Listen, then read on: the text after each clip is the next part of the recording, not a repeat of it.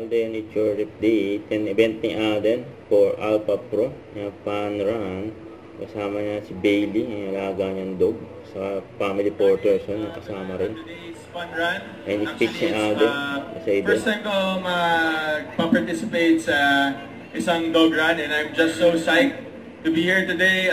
Kahit limited lang yung sleep ko, I mean seeing your pets and knowing that this run is for a cause and part of the proceeds will go to Animal Kingdom Foundation. And thank you so much to everyone who has so much concern for the welfare of our animals, most especially our dogs, because me myself talagang for that din ako with I have 5 dogs. Love actually that.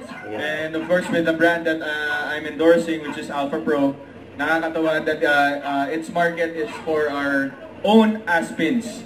So of course yes, we encourage everyone to take care of their pets, but most especially, syempre, I'm also an ambassador for PAWS, and we're also promoting the advocacy na let's adopt and not shop. So thank you so much again for being here today, guys. I'm very excited to run with you. Sa mga 5K runners natin dyan, tara na at mag-sub 30.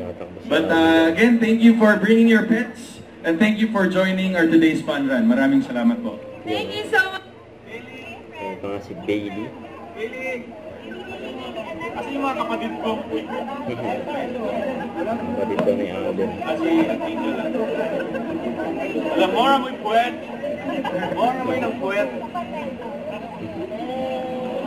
Ay, ay ganita. Ay ganita. Lili. Ay ganita. Bubuhatin ni Alden. Bailey. Hello, hello.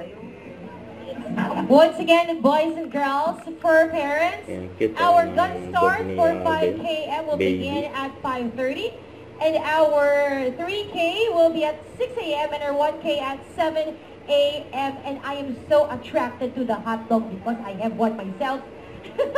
Ma'am Karen, take it away for the warm-up.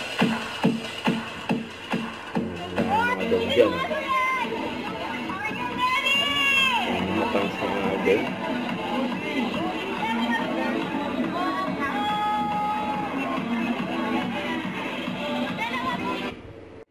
Don't forget to subscribe, click the notification bell for more update. This is Richard Reaction Live. Stay tuned for more videos.